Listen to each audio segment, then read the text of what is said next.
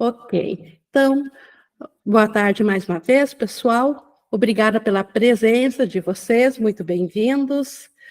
Obrigada também a quem ouve as nossas gravações do que a gente tem estudado aqui. Se sinta também parte desse estudo como quem está aqui no presencial. A diferença do presencial é que ele pode interagir conosco, mas de resto sintam-se tão juntos, tanto depois quanto agora. E hoje nós temos, então, na nossa continuação do estudo do livro-texto, nós chegamos ao capítulo 27, onde nós vamos falar, Jesus vai nos apresentar aqui sobre a cura do sonho. Nós vimos no capítulo anterior, no 26, todo ele sobre a transição, sobre o deslocamento da nossa consciência, da individualidade, para o nosso ser real, para o Cristo. E Jesus sabe que ainda, embora intelectualmente possamos compreender essa transição, mas se nós ainda não a experienciamos, se continuamos aqui, é porque existem ainda obstáculos, ainda tem coisas obscuras na mente, e eu sempre lembro que nós estamos fora da consciência da mente. Nós, por decisão nossa, nós fugimos da mente e viemos a nos identificar numa imagem projetada do ego, que é a nossa experiência aqui dentro de uma cerca de carne, como Jesus fala, que é a nossa experiência como sendo individuais e um ser físico e psicológico. Então, mesmo aqui, como sendo um ser físico e psicológico, nós podemos compreender que, de fato, deve haver algo a mais, porque não é possível que um pai amoroso tenha feito o seu filho a essa imagem e semelhança que nós vivenciamos aqui. Porque aqui não há perfeição, aqui é um vale de lágrimas que eventualmente traz alguma coisa boa, mas que sempre no final ainda cobra o seu preço. Então, como que um pai amoroso poderia ter criado seu filho ou ser a extensão dele algo assim? Então, isso faz a nossa compreensão de que realmente exista algo a mais. E nesse capítulo aqui em especial, a cura do sonho, Jesus vai nos trazer mais uma vez o que está na nossa mente, porque nós, a partir da nossa consciência individual, não temos acesso a ela, mas nós podemos pensar pelas linhas do Espírito Santo e ter os testemunhos da mente curada, e isso vai trazer a convicção do que nós de fato somos, que nós somos o Cristo e não essa figura aqui. Mas para isso, como sempre, Jesus precisa trazer o contraste, precisa trazer aquilo que nós acreditamos na nossa mente, por mais que isso nos perturbe, por mais que isso seja horrível nós ouvirmos, nós precisamos saber qual a crença que está na nossa mente. E Jesus sempre tem essa didática de mostrar o que está na nossa mente, já que nós estamos fora da mente e ele está ciente da nossa mente, ele sabe, e depois desse contraste ele mostra como que nós podemos nos salvar disso. Então, hoje, mais uma vez, iniciaremos esse estudo assim, Jesus mostrando para nós, por isso que essa sessão também se chama O Retrato da Crucificação, ele mostrando para nós o que está por detrás da nossa mente e que aparentemente se manifesta aqui no mundo. E para a gente ver, então, o que Jesus tem, eu convido vocês a, como sempre, nós nos unirmos em unicidade, onde nós buscamos, podemos, até quem quiser, fechar os olhos, respirar mais pausadamente, baixar os barulhos externos do nosso intelecto e nos concentrar na nossa vontade de que realmente o Espírito Santo nos conduza nesse estudo, que ele nos guie, que ele seja o nosso professor E nós estamos abertos para, junto a Ele, observarmos e ficarmos sabendo o que está na nossa mente, quais equívocos que estão obstruindo a consciência ou a capacidade de estarmos cientes do nosso ser. Então, que o Espírito Santo seja o nosso professor nessa hora.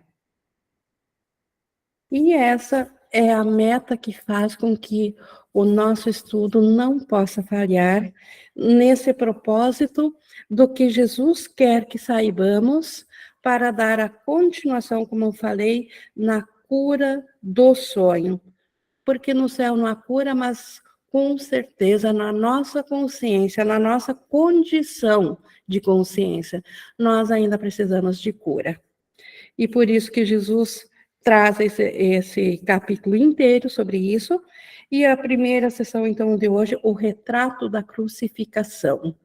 O que está por detrás do nosso pensamento ciente aqui do mundo.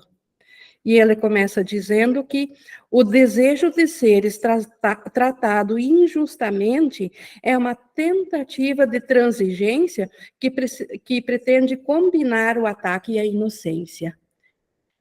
E isso nós vimos muito também, principalmente no capítulo anterior e nos outros, o quanto aqui no mundo a consciência individual, ela deseja alcançar a inocência através do ataque. Ela deseja alcançar a inocência através de jogar a culpa em cima de um outro. Sempre alguém mais é culpado. Ou se eu perdi a inocência, o outro me obrigou a isso, e ainda ele pagará a conta. Então, esse pensamento, esse sistema de pensamento que traz todo esse conjunto de pensamentos, vem do sistema de pensamento do ego. E aqui Jesus vai clarear mais uma vez como que o ego pensa, para que nós não caiamos mais na armadilha dele. Por isso que ele segue dizendo que quem é capaz de combinar o que é totalmente incompatível e fazer uma unidade do que jamais pode ser unido, como que a inocência poderia ser unida com o ataque? Porque eles são opostos. A inocência, ela segue rumo a um caminho e a crucificação, o ataque, segue totalmente por outro caminho, porque o ataque, ele diz a respeito totalmente a achar um culpado, e a inocência, ela não vê culpa em nada. Então, como conciliar as duas? É impossível. Então, é impossível combinar, mas o ego, ele nos tenta convencer disso. O ego nos tenta convencer de que se nós não estamos vivenciando a inocência, é devido às condições que estão nos acontecendo, que estão no nosso redor. Que se as condições fossem diferentes, fossem favoráveis à inocência, nós seríamos inocentes. Então, essa combinação. E por isso que o ego diz que o ataque é justificado. Porque se um outro fez isso a mim, a culpa é dele e não minha. Então, como que seria possível a verdadeira inocência aceitar uma ideia de ataque? Então, isso é totalmente impossível. Caminha ao longo do caminho da gentileza e não temerás mal nenhum, nem sombra alguma na noite. Então, caminha na gentileza. A verdadeira gentileza, ela está com o Espírito Santo, ela está na paz de Deus. O ego não é capaz de gentileza, ele é capaz de se fingir de gentil para conseguir aproximação, mas não de gentileza. E aqui essa gentileza é uma condição mental de ver a real inocência. Então, quem caminha na gentileza, na total inocência da mente, esse não tem nada a temer, porque não há nada além da mente de Deus, não há nada além da criação de Deus. E esse não teme sombra alguma. Mas não coloque símbolos de terror no teu caminho, ou tecerás uma coroa de espinho na qual nem o teu irmão, nem tu escaparão. Então, esse é alerta. A inocência não pode ser vista às custas de uma situação externa, ou às custas de o outro é o culpado. Isso seria colocar um símbolo de terror. E se eu fizer isso, nem a minha mente escapará desse terror, e nem sequer do meu irmão, ninguém escapará disso. Não podes crucificar a ti mesmo sozinho. Então, sempre que estou equivocada, eu estou arrastando junto aqueles contra quem me equivoquei. E se és tratado injustamente, ele necessariamente sofrerá a injustiça que tu vês. Então, não podes te sacrificar sozinho. Então, para mim, me sacrificar para aparentemente me tornar inocente, automaticamente eu obriguei o meu irmão a ser aquele que me ataca. Então, eu feri a inocência dele, obriguei ele a agir contra mim. E isso é assim porque o sacrifício é total. Então, se o irmão ainda faz parte da mesma mente, do mesmo Cristo, do meu ser, não existem dois seres em Deus, só existe um filho. Então, no meu sacrifício, o irmão é sacrificado junto. E se eu o condeno, eu serei condenada junto, porque nós somos ainda o mesmo. Então, é impossível alcançar inocência individual. Se isso pudesse ocorrer, se eu pudesse sacrificar de fato, carregarias contigo toda a criação de Deus e o Pai com o sacrifício de seu amado Filho. Então, nós não podemos nos sacrificar sozinhos, e o sacrifício ele sempre é total. Mas se o sacrifício fosse de fato possível, nós sacrificaríamos o próprio Deus e o seu amado Filho. Porque quem é o meu irmão e quem que sou eu? O seu amado Filho. Então, o sacrifício é impossível. Mas na minha mente, se eu acredito nele, eu estou sacrificando a todos, inclusive a Deus. Se eu vejo o meu irmão como o pecador, eu estou condenando o próprio Deus ao sacrifício, porque estou dizendo que algo que ele criou é pecador. Então, o próprio pai está enganado em relação ao seu filho. Esta ideia do próprio pensamento, do autopensamento, que acredita que a inocência possa ser trazida através da justiça de julgar, de colocar a culpa para fora, em cima de uma situação ou de alguém. Na tua liberação do sacrifício, se manifesta a sua e mostra que ele está liberto.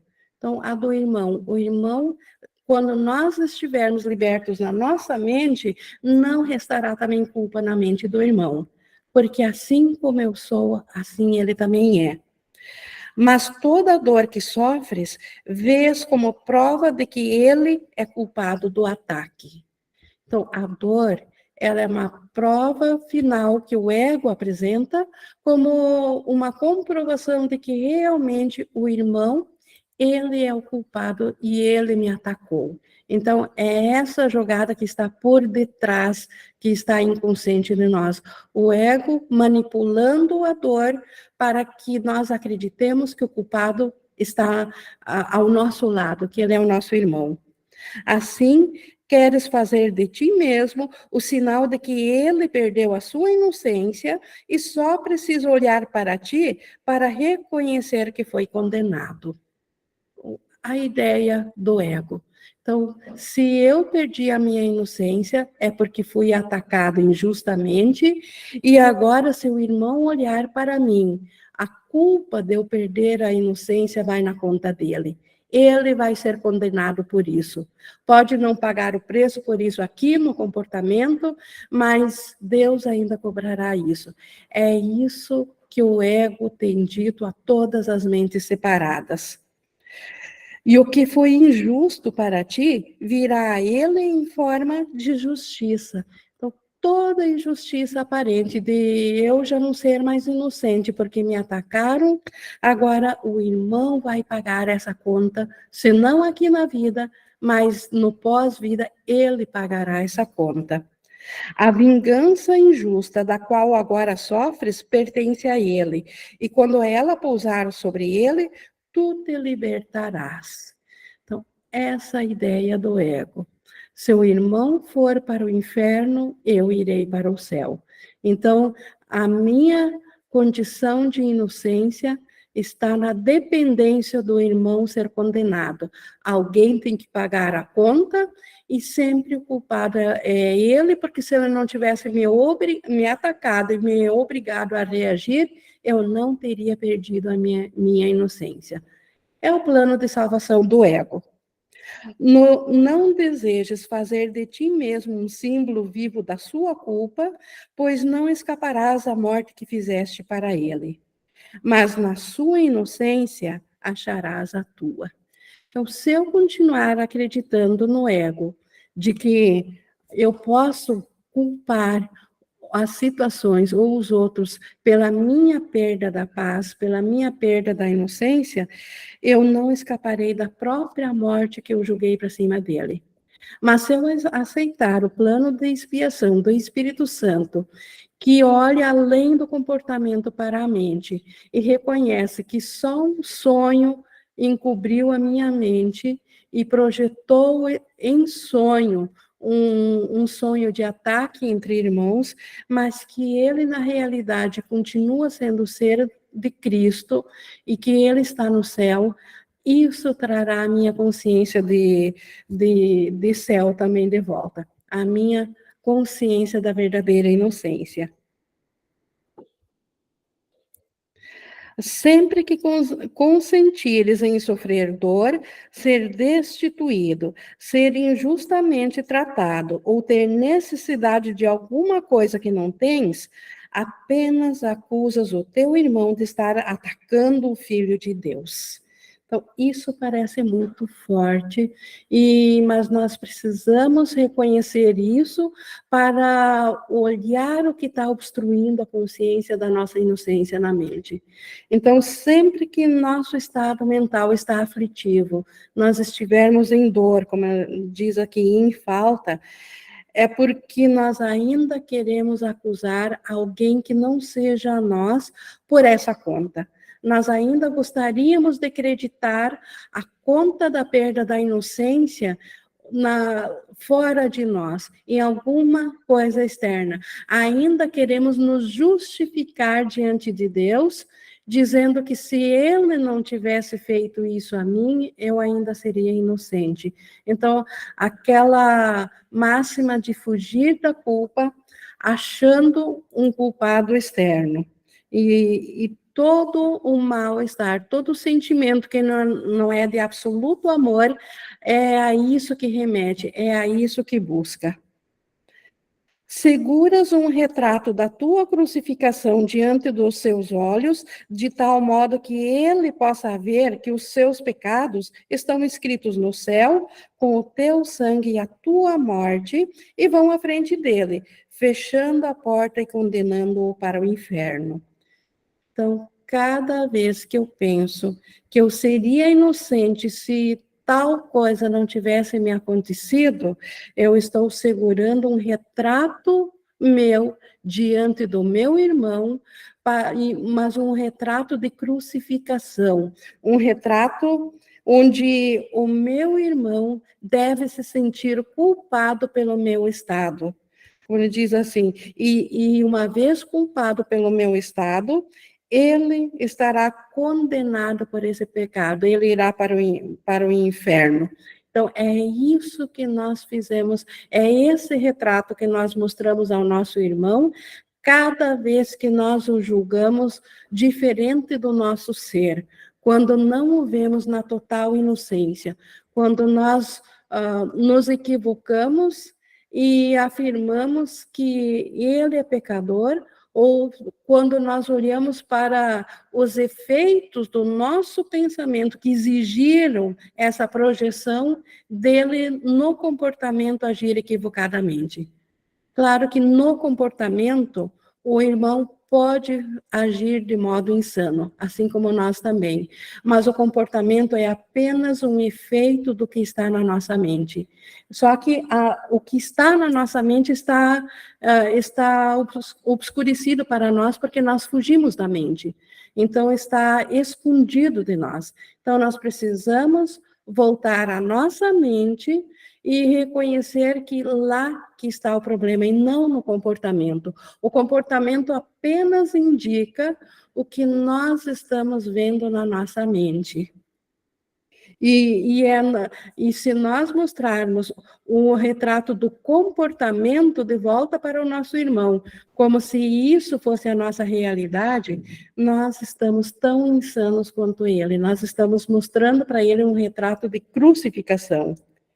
E Jesus segue aqui no 3:3, no entanto, esse retrato de crucificação, isso está escrito no inferno e não no céu, onde estás além do ataque e comprovas a sua inocência. Então, na condição de céu está a nossa inocência e a condição do céu está acima do ataque.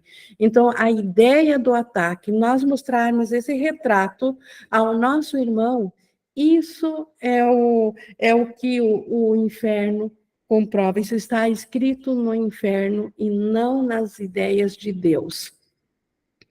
O retrato de ti mesmo que ofereces a ele, mostras a ti e conferes a esse retrato toda a tua fé. Então, se eu quero mostrar o meu retrato de sofredor, o quanto sofro devido a ele, é o retrato da crucificação, é isso que eu também verei a mim. O retrato que eu mostro a meu irmão, eu vejo a mim. Se eu mostro a ele culpado, me sentirei culpado. Se eu mostrar para ele a inocência, eu me sentirei inocente. O Espírito Santo, e aqui agora o outro lado. Então, o ego, ele sempre vai nos dar o retrato da crucificação. Por isso que nós precisamos de um outro retrato que nós não sabemos fazer aqui na nossa condição, mas que nós recebemos pronto, nem precisamos fazer. O Espírito Santo faz por nós. Por isso que ele segue dizendo, o Espírito Santo te oferece um retrato de ti mesmo para dares a ele, no qual não existe absolutamente nenhuma dor e nenhuma reprovação. E o que era martirizado pela sua culpa, vem a ser a testemunha perfeita da sua inocência. Então, este é o retrato do nosso irmão que o Espírito Santo quer mostrar. E como que o Espírito Santo pode mostrar esse retrato? Porque o Espírito Santo vê além do comportamento, ele olha para a mente. E ele sabe que a mente, ela havia sido invadida por um pensamento equivocado, e dentro desse pensamento equivocado é que surgiu esse retrato de crucificação. E é por isso que Jesus diz que a mente foi profanada pelo nosso pensamento de culpa.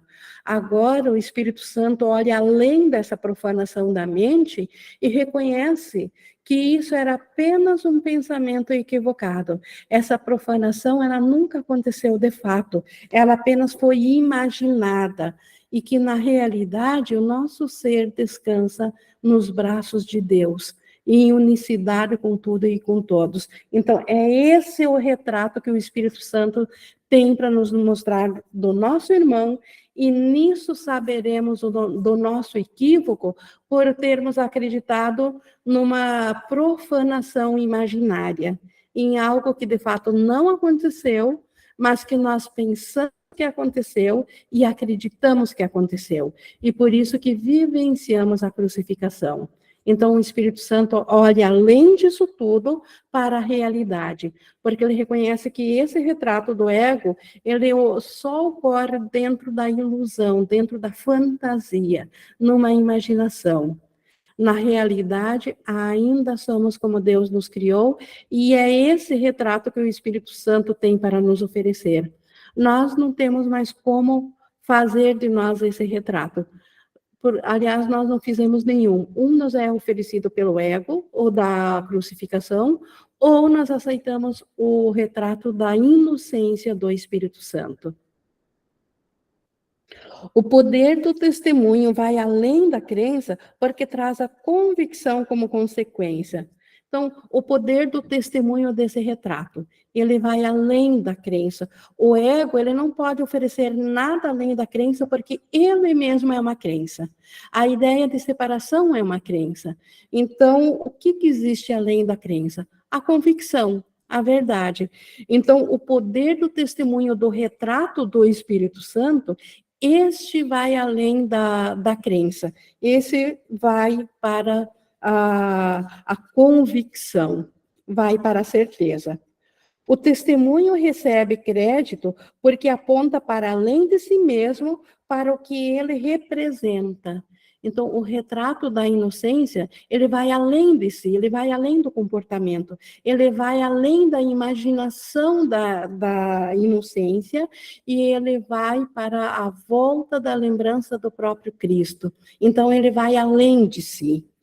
Tu, doente e sofredor, representa apenas a culpa do teu irmão. Então, a ideia do ego, se eu sou doente e sofredor, a culpa é do outro que pensou separação de Deus e me arrastou nisso. Então, a ele agora é o culpado. O testemunho que envias, para que não seja possível ele esquecer os males que te infligiu, dos quais juras que ele nunca escapará. Então, é isso que o ego faz. O ego, ele nos aponta sempre para nós jamais abrir mão de culparmos e de condenarmos o nosso irmão, porque pelas palavras do ego, ele nos infligiu os males todos que nós sofremos, e por isso o castigo eterno é devido a ele, e só a ele.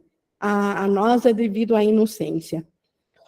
Os doentes não têm misericórdia para com ninguém e buscam matar por contágio.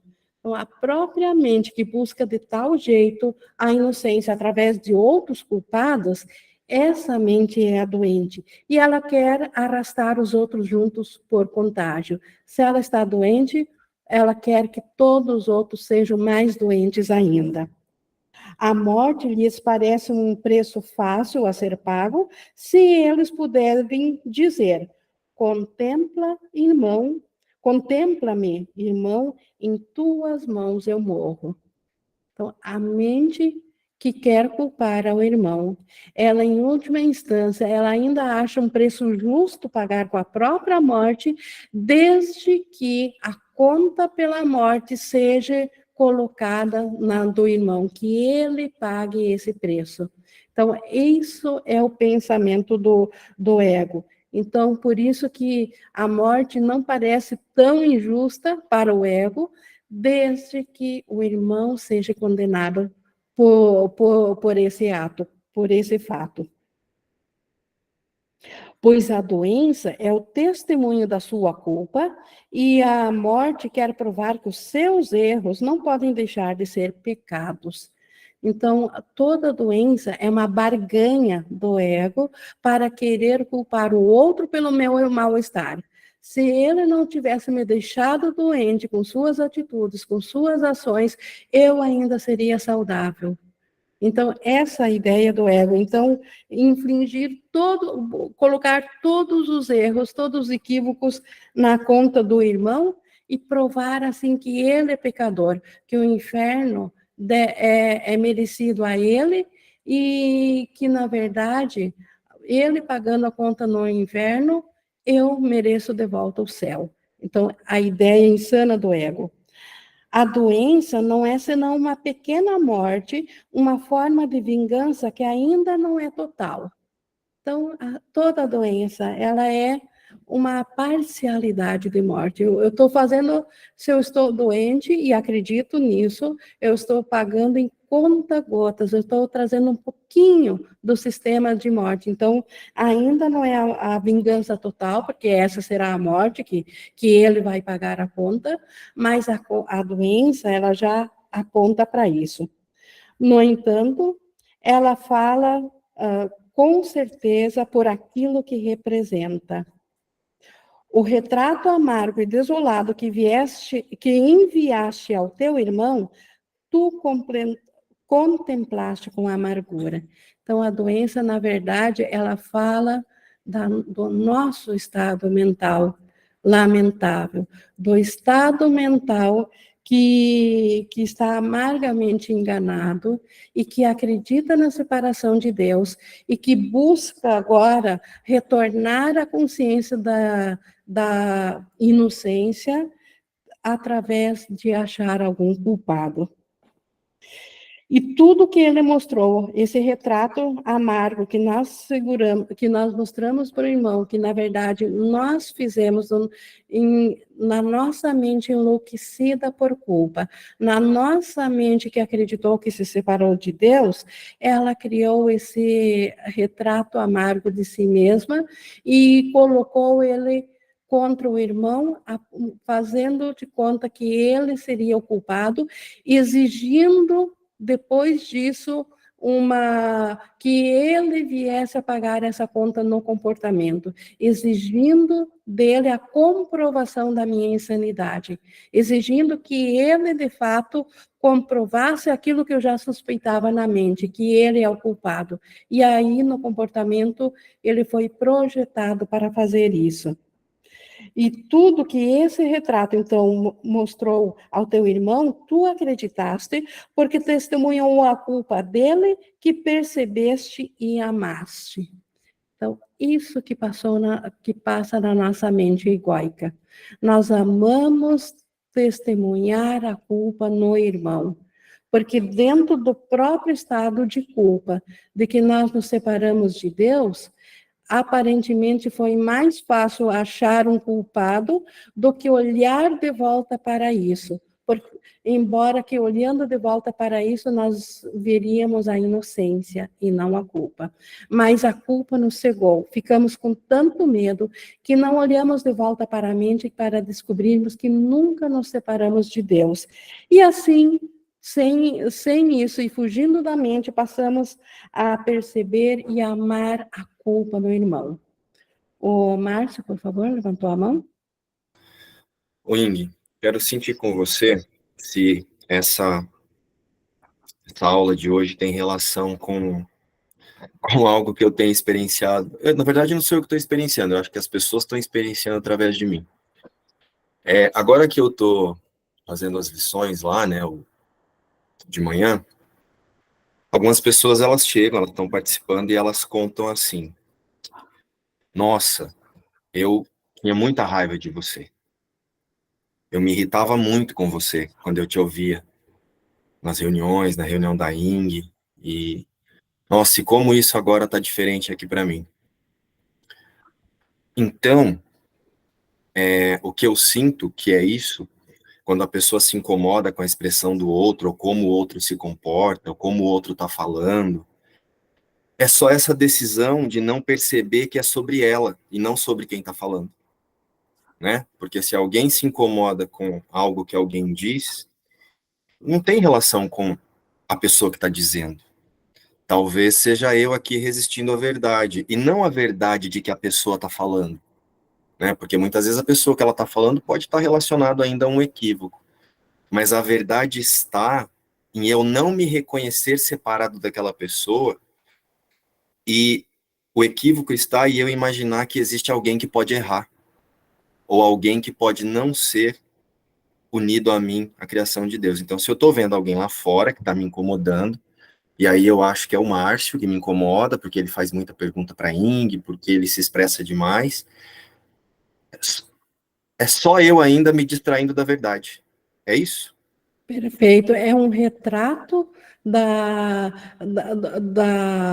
violação da auto-inocência. Eu ainda buscar, como o ego nos ensina, a buscar lá fora um culpado. E é isso que está refletido nisso.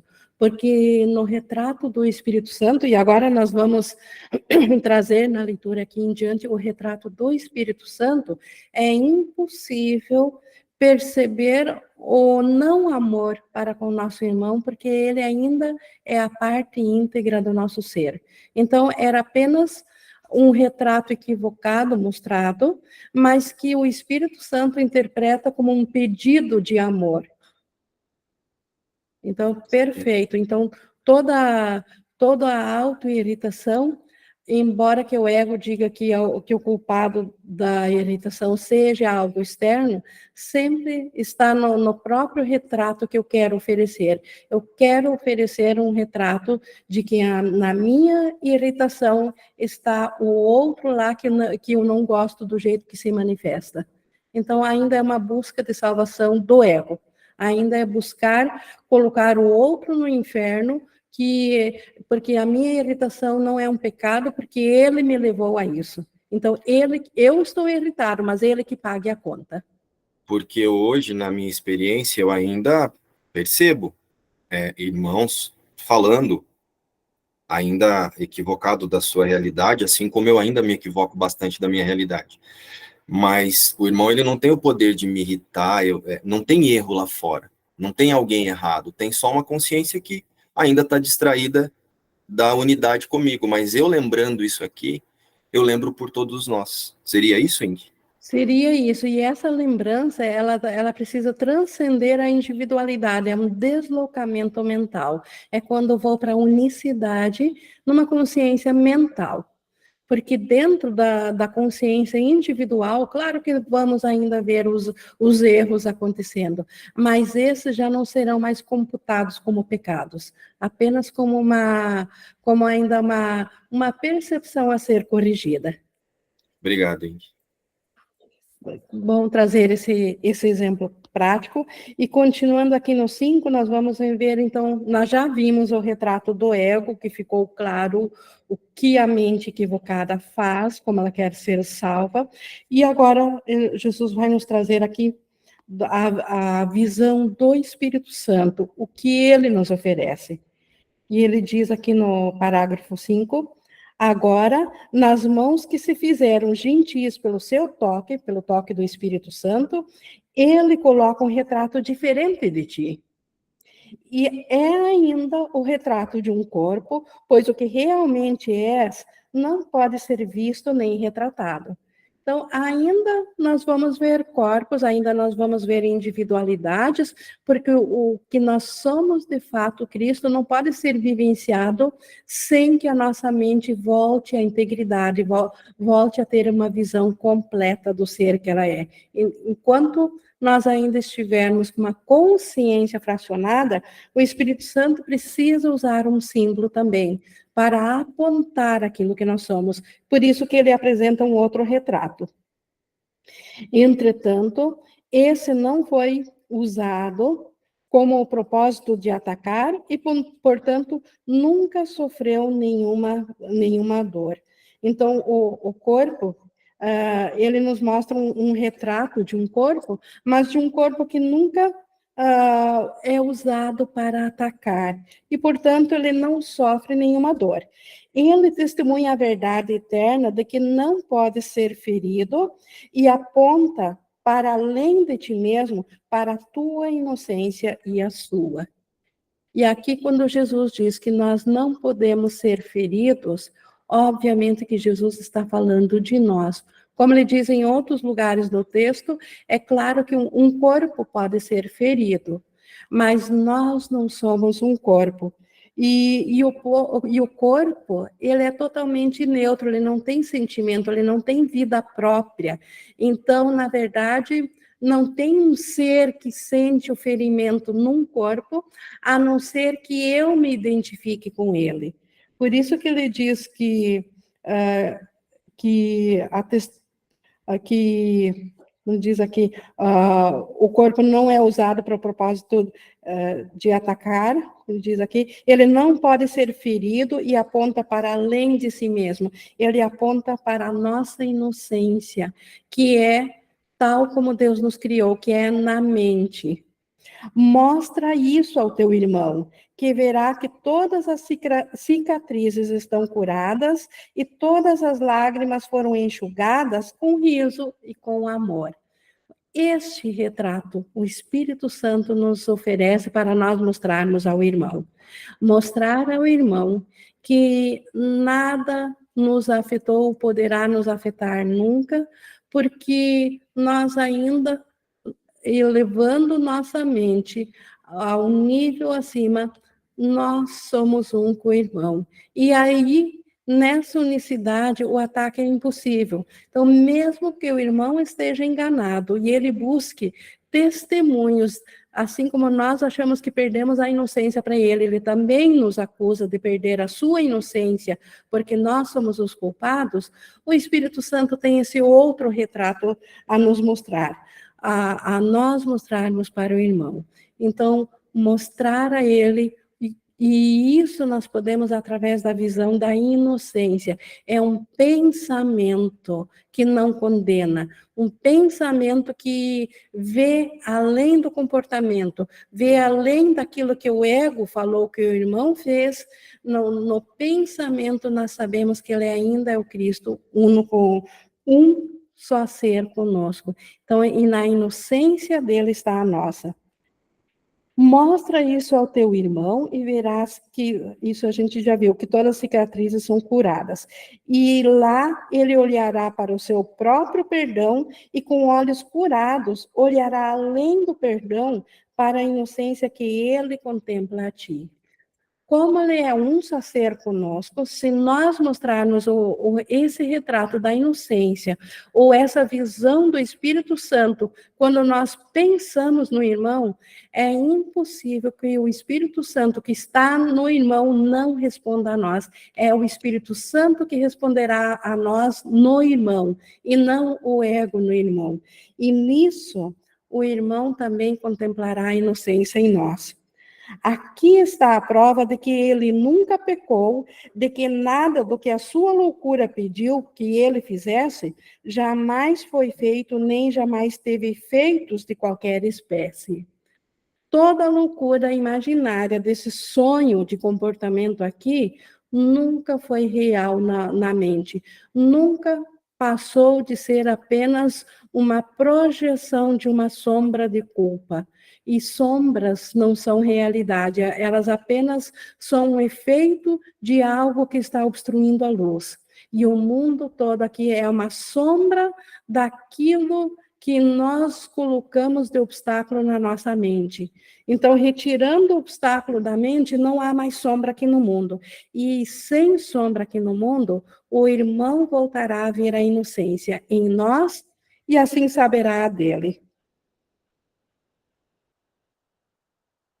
Aqui a prova de nenhuma reprovação que ele tenha posto no seu próprio coração jamais foi justificada, e nenhum ataque pode atingi-lo com a seta envenenada e incansável do medo. É assim que o irmão também deixará de ter medo de nós.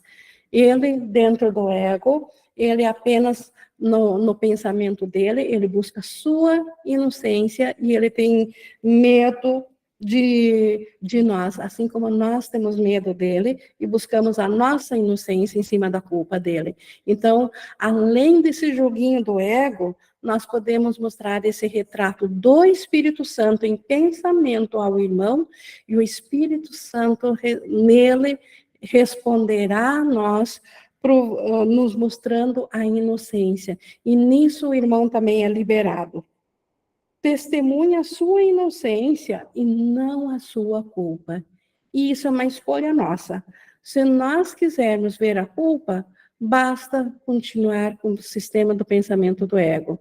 Mas se nós quisermos ver a inocência no irmão, basta nós deslocarmos nosso pensamento para o sistema do pensamento do Espírito Santo. E automaticamente já estaremos vendo a inocência no irmão. A tua cura é o seu conforto e a sua saúde prova, e a sua saúde porque prova, aliás, a tua cura é o seu conforto e a sua saúde porque prova que as ilusões não são verdadeiras. Então, se nós provarmos, ao invés de uma imagem de que nós fomos feridos devido a ele, nós mostrarmos uma imagem curada, uma imagem de alegria ao nosso irmão cada vez que nós o contemplarmos, nós provaremos a ele, isso será o conforto e a saúde dele, porque ele saberá que as ilusões que ele imaginava na separação não são verdadeiras. Não é a vontade de viver, mas o desejo da morte que é a motivação desse mundo. Isso é outra frase impactante de Jesus. Não é a vontade de viver que faz com que nós nos apeguemos a esse mundo aqui. Aparentemente, no comportamento, e basta a gente fazer uma visitinha no hospital, o quanto parece que pessoas já praticamente mortas ainda desejam viver. Mas, na verdade, isso que elas chamam de vida é morte, que é essa identificação com o físico fora da mente. Então, a real motivação de mantermos esse mundo é a morte do nosso ser, do Cristo, é a morte do Espírito Santo, é a morte do céu e a vida dentro daquilo que nós fizemos, que é o mundo separado. Então, é o desejo de morte que é a real motivação do mundo, apesar que no comportamento parece que é diferente. No comportamento, aparentemente, parece que nós lutamos pela vida, mas ao lutar por essa vida, sendo o que nós não somos, nós estamos buscando matar o que somos. Estamos tentando matar o Cristo para ser um ser físico e psicológico. Então, essa busca de aparente vida de um ser físico e psicológico, na verdade, é motivado pelo desejo de morte do nosso ser, porque o nosso ser ainda está no céu, e nós achamos que nós separamos de Deus e temos medo de Deus, medo de voltar à consciência, a confrontar-se com Deus. Seu único propósito então, a motivação do mundo, seu único propósito é provar que a culpa é real. Então, que a separação de Deus de fato aconteceu. Nenhum pensamento, ato ou sentimento mundanos tem outra motivação que não seja essa. Então, todos os comportamentos daqui buscam essa única comprovação de que a culpa é real. Essas são as testemunhas que são chamadas a receber crédito e emprestar convicção ao sistema pelo qual falam e representam, ao sistema da separação, ao sistema insano do ego, ao sistema que surgiu da crença de separação de Deus. Então, esses pensamentos só querem testemunhar isso. E cada uma tem muitas vozes falando ao teu irmão e a ti em línguas diferentes. Então, milhares de formas diferentes de falar a mesma coisa, a testemunha da separação e da culpa. E, no entanto, a mensagem é a mesma para ambos. Os adornos do corpo buscam mostrar como são belas as testemunhas da culpa. Então, quando nós não queremos ser o Cristo, queremos ser um ser separado, então como os adornos parecem embelezar isso? As preocupações em torno do corpo demonstram como é frágil e vulnerável a tua vida, como é facilmente destruído aquilo que amas. Então, aquilo que nós acreditamos no equívoco, que é o nosso ser, que é o corpo, como ele é frágil e suscetível a doenças, e como é fácil ele terminar numa tragédia em morte. A depressão fala da morte, e a vaidade da preocupação real com o nada. Porque a vaidade ela vai sempre para um aspecto físico, para um aspecto do corpo, que na verdade não é nada, é só uma projeção. Então, esses testemunhos que o ego nos traz, que o engano nos traz, é apenas a nossa vontade de não sermos como Deus nos criou, de ser essa coisa que nós pensamos que nós fizemos. Então, essa identificação física e psicológica. Então, essa que busca, de todas maneiras, engrandecer o corpo. A mais forte testemunha da futilidade que apaga todas as outras e ajuda a pintar o retrato no qual o pecado é justificado é a doença, qualquer que seja a sua forma. Então, tudo isso que nós vimos acima, a vaidade, a vulnerabilidade, o desejo pelo que é belo, isso tudo são testemunhas de que nós nos separamos de Deus, que nós somos um corpo. Mas tem uma que vence a todas elas, uma testemunha, a tal da doença. Essa é uma comprovação que o ego chama de uma comprovação final, o ápice do ego, porque ali realmente é quase impossível, diante da dor da doença, pensar que não sou isso. Então, a própria dor leva a isso. Os doentes têm razão para cada um de seus desejos não naturais e suas estranhas necessidades. Pois quem seria capaz de viver uma vida que é tão cedo cortada e não apreciar o valor das alegrias passageiras? Então, se nós queremos realmente ser esse ser separado, vivenciando de um corpo, e nós temos consciência que essa vida é tão curta, o que esse desejo de ser um corpo nos diz? Que devemos apreciar o valor de cada alegria passageira que o corpo nos oferece. Que prazeres poderiam existir que fossem duradouros? Então, o que é eterno que nós vivenciamos dentro de um corpo? Então, isso é mais uma comprovação para quem está no estado de ego, que ele deve aproveitar cada segundo, cada prazerzinho que lhe é oferecido. Não têm os frágeis o direito de acreditar que cada migalha roubada de prazer é o pagamento justo pelas suas pequenas vidas?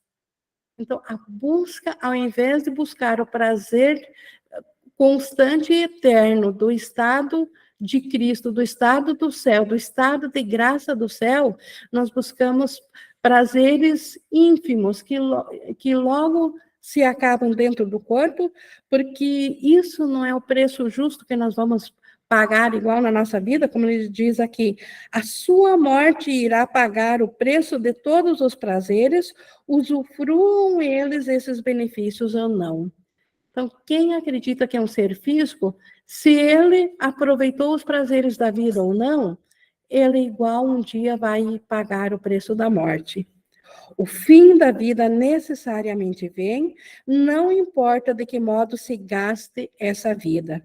E assim, tira prazer daquilo que rapidamente passa e é efêmero. Então, isso é o pensamento dos doentes, doentes mentais, na mente.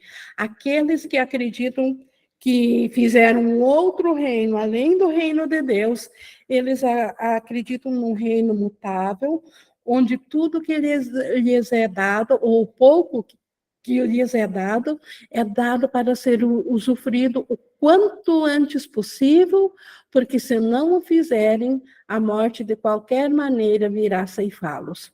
Então, este é o sistema de pensamento que o ego nos oferece, o retrato que ele nos oferece, e por isso que ele diz que os doentes têm razão para cada um de seus desejos não naturais e suas estranhas necessidades.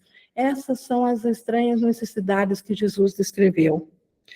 E agora ele fala mais uma vez sobre isso, dizendo: esses não são pecados, mas testemunhas da estranha crença, segundo a qual o pecado e a morte são reais, e a inocência e o pecado terminarão assim como eles, no fim que é o túmulo. Então, isso é um estranho pensamento de uma crença onde tudo que nós fizemos, por mais que nós nos esforcemos de ser bons, ou mesmo que usufruamos de tudo, mesmo que seja às custas dos outros, ainda vamos pagar igual o preço por isso, que será um túmulo, que será o nosso fim. Se isso fosse verdadeiro, haveria razão para ficares contente, buscando alegrias passageiras e apreciando pequenos prazeres enquanto podes.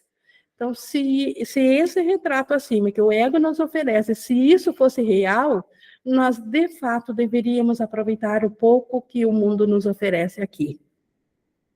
Entretanto, nesse retrato, o corpo não é percebido como neutro e sem uma meta inerente a si mesmo. Aqui que está o maior equívoco de todos.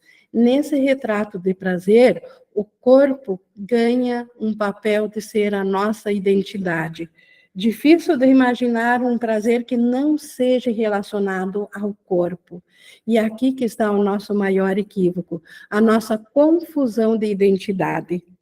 Pois ele, o corpo, né, ele vem a ser o símbolo da reprovação, o sinal da culpa, cujas consequências ainda estão presentes para serem vistas de forma que a causa nunca possa ser negada. Então, o corpo passa a ser o culpado através do comportamento que é apresentado através dele. Então, e o corpo adoece por isso, porque esse não é um papel do corpo, mas se ele é dado como sendo a nossa identidade e ele é colocado para ser aquele que vai nos dar o prazer que devemos aproveitar no pouco tempo que é a nossa vida dentro do corpo, então o corpo deixa de ser neutro, ele passa a ter um papel que, na verdade, ele não pode ter, e nisso ele adoece e morre. A tua função é mostrar ao teu irmão que o pecado não pode ter nenhuma causa.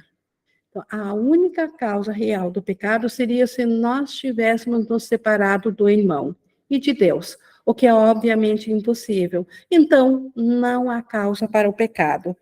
Como deve ser fútil ver a ti mesmo como um retrato da prova de que a tua função nunca pode ser. Então, como é fútil não mostrar a inocência do irmão, não mostrar o retrato do Espírito Santo para o irmão. Essa é a nossa verdadeira função.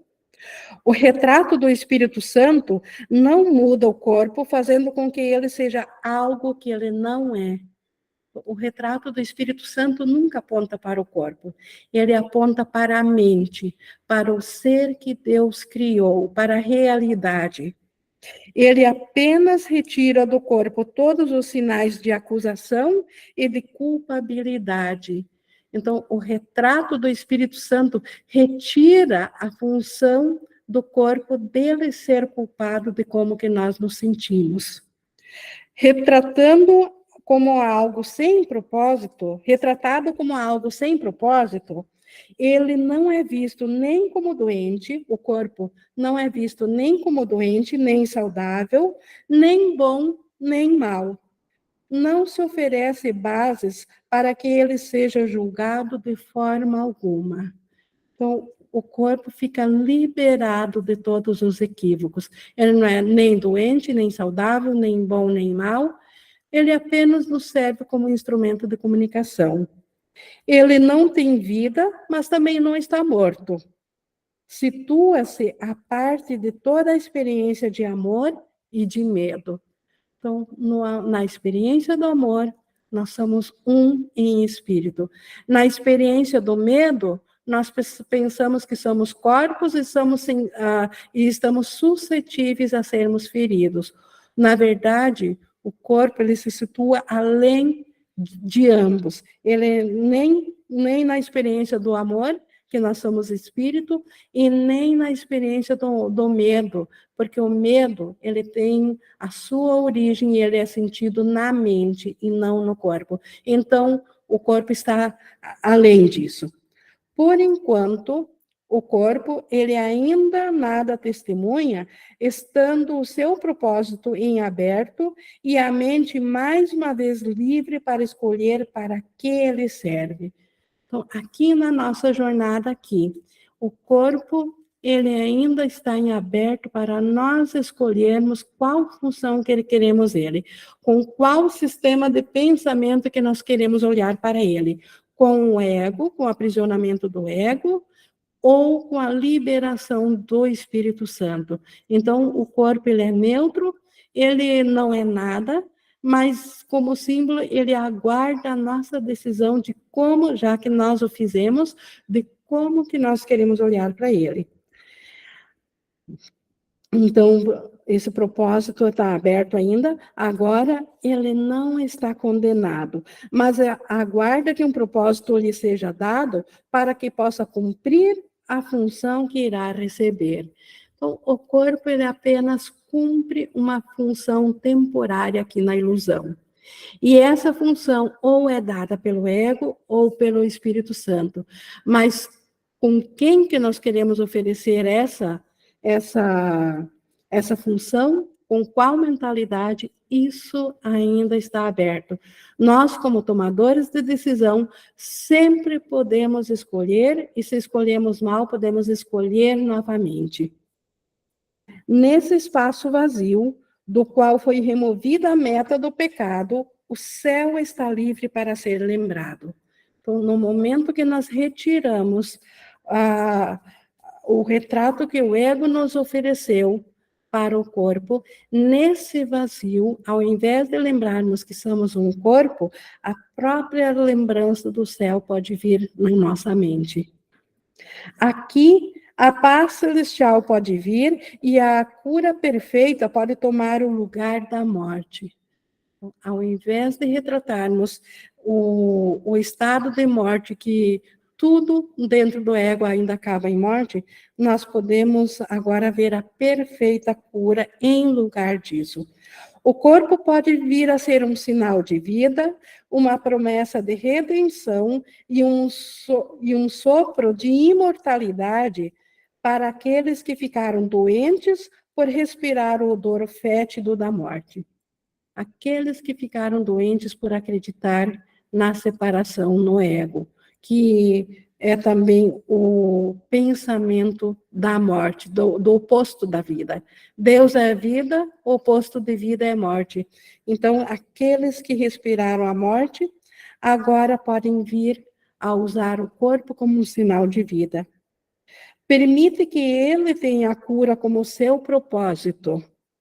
Então, ele enviará adiante a mensagem que recebeu e, através de sua saúde e beleza, proclamará a verdade e o valor que representa.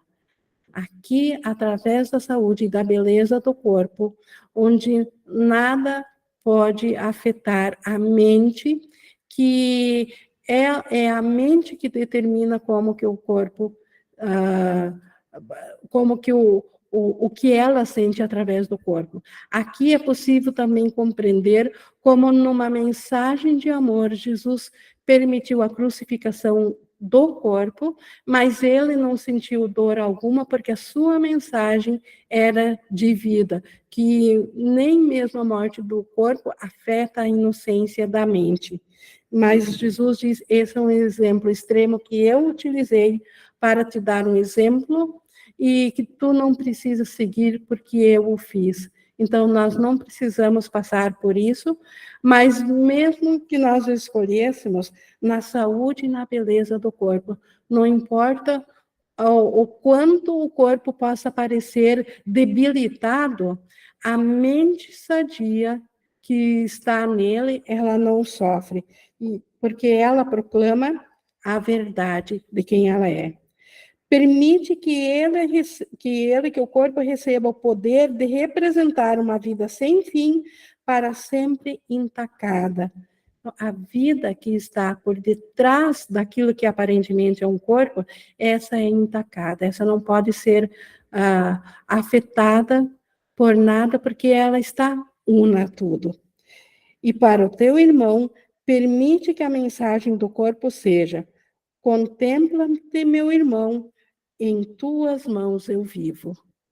Então, o seu ego, nós vimos lá atrás, que era o ego diz, contempla-me, irmão, porque em tuas mãos eu morro, a culpa fala isso, o Espírito Santo, através do corpo, diz, contempla-me, irmão, em tuas mãos eu vivo.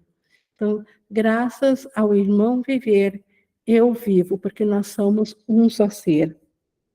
O modo simples para deixar que isso seja realizado é apenas esse: não permitir que o corpo tenha nenhum propósito vindo do passado, quando tinha certeza de saber que o seu propósito era estimular a culpa. Então, viver no agora. Não buscar, através do corpo, a repetir experiências passadas, quando nós tínhamos certeza que o corpo era através da identificação com o corpo que nós estimulávamos a culpa no irmão e dele para comigo. Então, simplesmente deixar o passado para trás e viver o agora, do Espírito Santo. Pois isso afirma com insistência que o teu retrato aleijado seja um sinal duradouro daquilo que ele representa. Então, o corpo, aparentemente, ele pode apresentar um fim, ele não é um retrato perfeito do Filho de Deus, porque ele é totalmente limitado, mas ele pode representar aquilo para o qual ele aponta. E na sua saúde, ele pode apontar além, para a inocência do nosso ser. Isso não deixa espaço no qual uma perspectiva diferente, um outro propósito possa ser dado a ele. Não sabes qual é o propósito do corpo. Tu apenas deste ilusões de propósito a uma coisa que fizeste com o intuito de esconder a tua função de ti mesmo. Então, nós não sabemos, na real, para que serve o corpo. Nós apenas o projetamos ou o fizemos para esconder, para ter um objeto para servir para o propósito que nós queríamos, que era nós nos escondermos da mente, fugir de Deus, fugir da mente e proclamar a separação de Deus, proclamar que nós somos seres individuais. Essa coisa sem um propósito, que é o corpo, não pode ocultar a função que o Espírito Santo te deu. Permite, então, que o propósito do corpo e a tua função sejam ambos, afinal, reconciliados e vistos como um só. Então, permitir que o nosso propósito seja a unicidade da inocência na mente, junto com o irmão, e permitir que o corpo testemunhe apenas isso. Nessa permissão, o corpo é saudável e atende o tempo que lhe for útil. E isso nós fizemos juntos ao Espírito Santo. Então, era isso que Jesus nos trouxe sobre o retrato da crucificação, e explicando mais para isso, nós vamos ter na quinta-feira, a próxima sessão, sobre o medo da cura. Mais uma vez, uma condição inconsciente, que aparentemente nós temos vontade de sermos curados, mas na real temos medo da cura. Mas isso é para quinta-feira. E encerro, então, aqui esse retrato da crucificação e esse apelo do Espírito Santo de permitirmos que nos seja dado por ele um outro retrato a cada vez que o ego nos oferece um retrato para mostrarmos ao nosso irmão. Ao invés de oferecer o retrato de morte ao nosso irmão, oferecer o retrato de vida a ele. E isso é a salvação nossa e a do nosso irmão e a volta da consciência da nossa unicidade. E isso está de acordo com a vontade de Deus e, portanto, com a nossa vontade. Isso tínhamos para hoje. Nós estamos, então, aqui para a nossa interação. Alguém gostaria de trazer mais alguma coisa?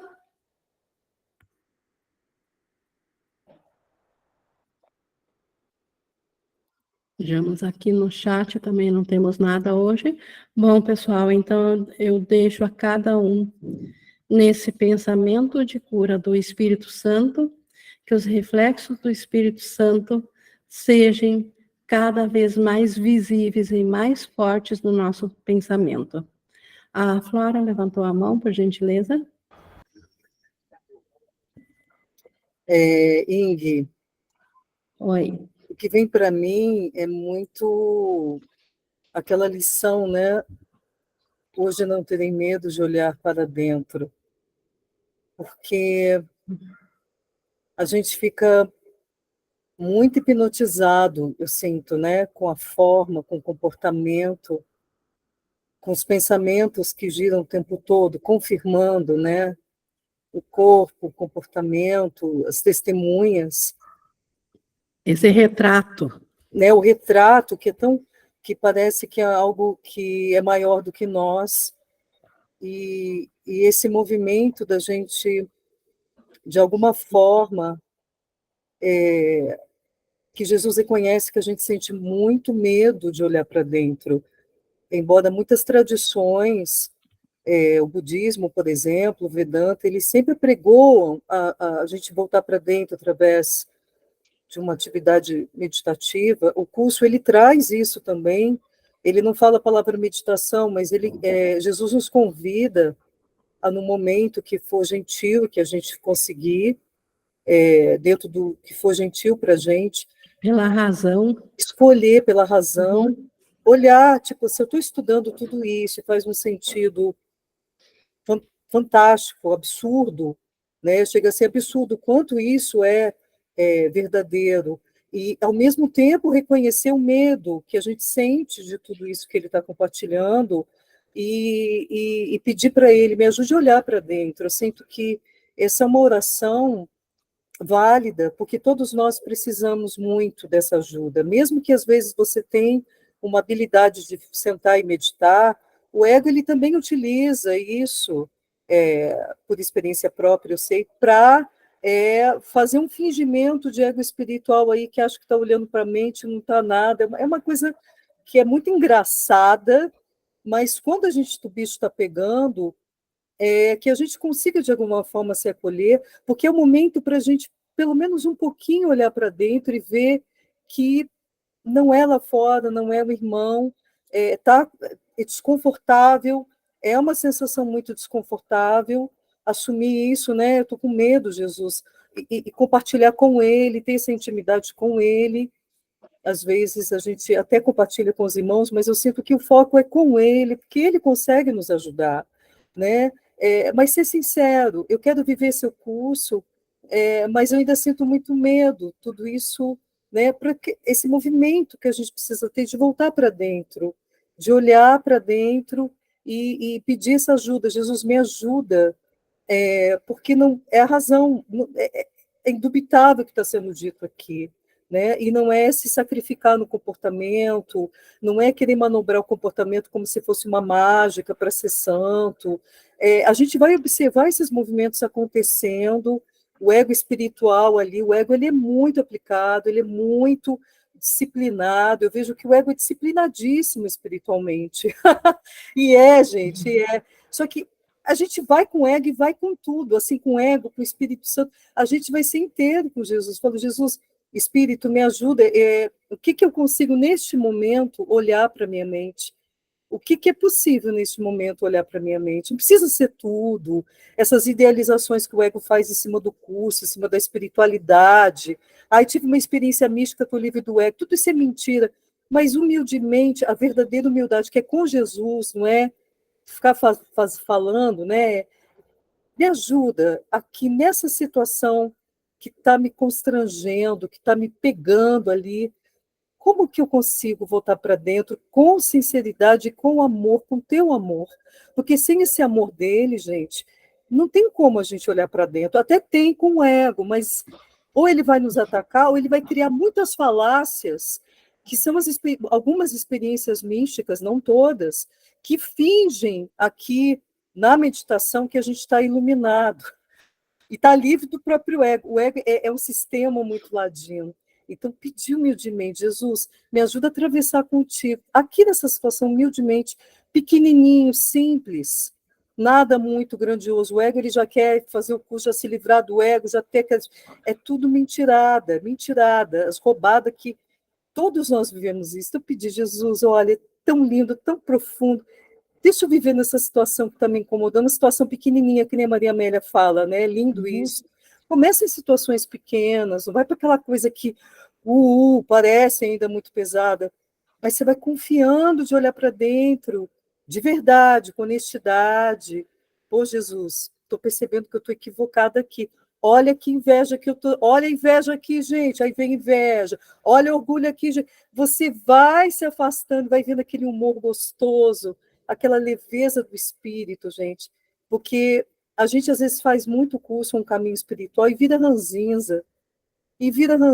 quer ser o aluno perfeito, e essa é o comportamento, é a fixação no comportamento, né? E é tão bonito quando a gente se desprende disso, vai ficando mais simples com ele. Falei, pô, Jesus, tem muito medo aqui ainda. Eu entendi seu curso, eu acho, mas eu acho que eu não entendi ainda, não. Eu acho que eu não entendi, me ajuda. Mas simples, né? Então, essa fixação com a forma é muito forte ainda para a gente. É tão perfeito o que ele disse, a gente fica doente, não é para se voltar a se maltratar quando o corpo está doente. Pô, uma excelente oportunidade de ser gentil, ser amoroso. É isso. Isso, Jesus, como que você faria, então, essa entrega, realmente, ter esse relacionamento pessoal e íntimo, porque ele está na nossa mente, sempre digo, ele está mais próximo da nossa mente, porque ele tem a consciência já da unicidade da nossa mente que nós ainda não temos. Totalmente válido. Obrigado por trazer isso, Flora. Mais alguém gostaria de trazer algo? Caso contrário, pessoal, eu deixo vocês com este pensamento libertador e com essas indagações de Jesus para nós aprendermos a olhar honestamente para nossos pensamentos. E o convite de nós continuarmos abrindo aquilo que o ego sempre quis esconder de nós, para que de fato possamos aprender a escolher novamente. E esse é o convite para continuarmos estudando aqui o curso. Pessoal, eu vou encerrando aqui a nossa gravação. Grata a presença de vocês e a Jesus por nos trazer este material.